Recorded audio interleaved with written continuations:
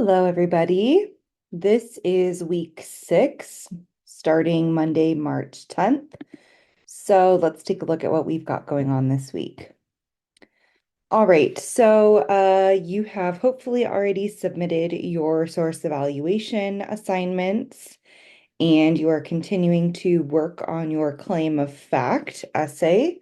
So the rough draft of that claim of fact essay is due Monday, March 17th. So you've got about a week from now till that's due.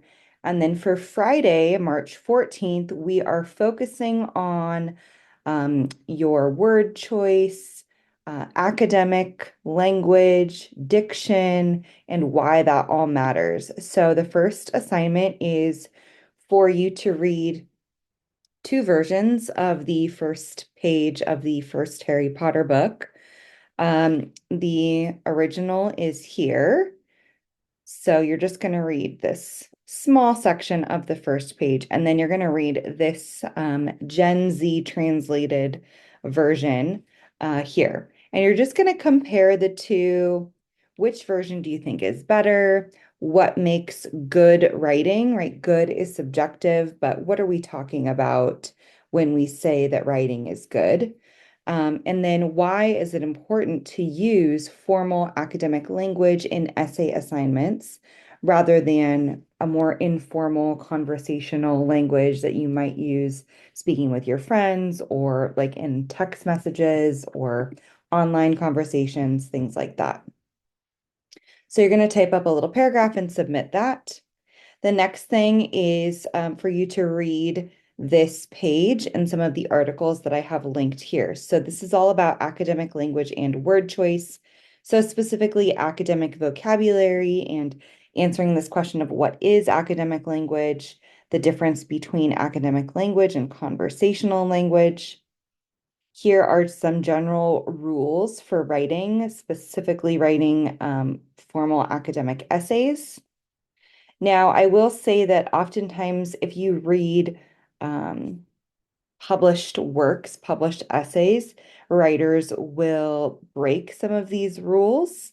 But in this class, I want you to just focus on learning the rules and applying the rules um, rather than breaking the rules, right? We want to learn and be able to make sure that we can use the rules before we go about breaking them. Okay, down below, just some infographics here, the most common verbs used in academic writing. So maybe you can write down a few of these, maybe some ones that you don't know very well, or some that are new to you that you want to maybe try and incorporate in your writing. Transitional words. So these are the words that are going to help you to flow within your paragraph and then also between paragraphs. And some linking words, which are very similar to transitions. And then finally, there are some articles and pages. So you don't have to take notes for every single one of these, but I would like for you to just kind of look over uh, mm, each one of them and get something out of it. So this first one is about formal and informal words. What's the difference between formal and informal words? Specifically, this focuses on prepositional verbs, like, and their more formal equivalents. So to ask for is a prepositional verb, and the more formal equivalent would be to request. And these are the words that we want to be using in our essays and in formal academic writing.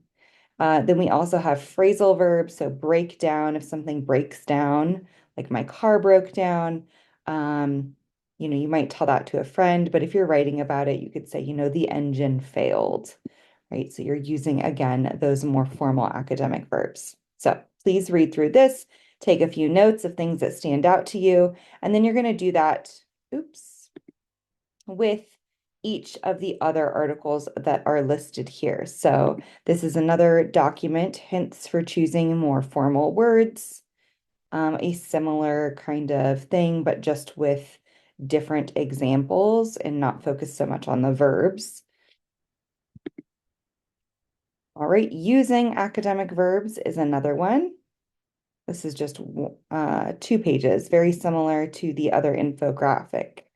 that I shared, but again, a little bit slightly different information and different examples. And then these are links to websites, website pages, web pages, articles about tone. This one is about tone. Let me see, where is, okay, going back.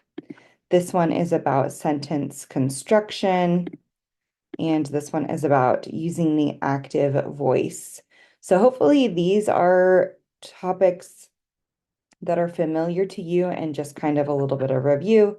So just kind of scan through, read. If you're not familiar with these concepts, I'd encourage you to take a little bit more time. If you are familiar with these concepts, you can just kind of, skim these pages and, maybe make a few notes.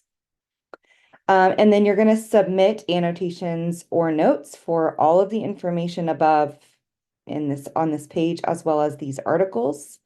And again, as I mentioned, for these lists of words, just maybe make note of a few that you'd like to try using in your claim of fact or in future essays. All right, so that is it for this week. The following week, the week of Monday, March 17th to Sunday, March 23rd, is spring break. So there won't be a video next Monday.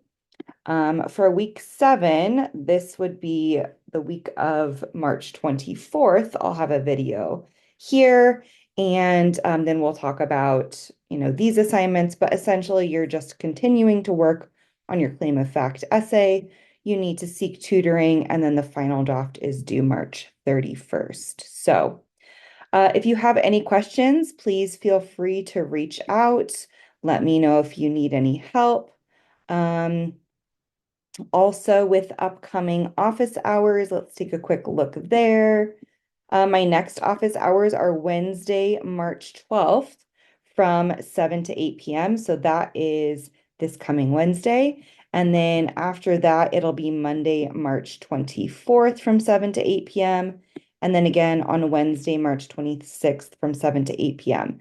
So those are all the office hours I have before essay 1 is due. So if you have questions, if you'd like feedback, or you just want to, talk about something, or any of the other assignments for this class, please feel free to drop in and chat. I'm here. I'm waiting for any of you to drop in and talk to me. So don't be shy.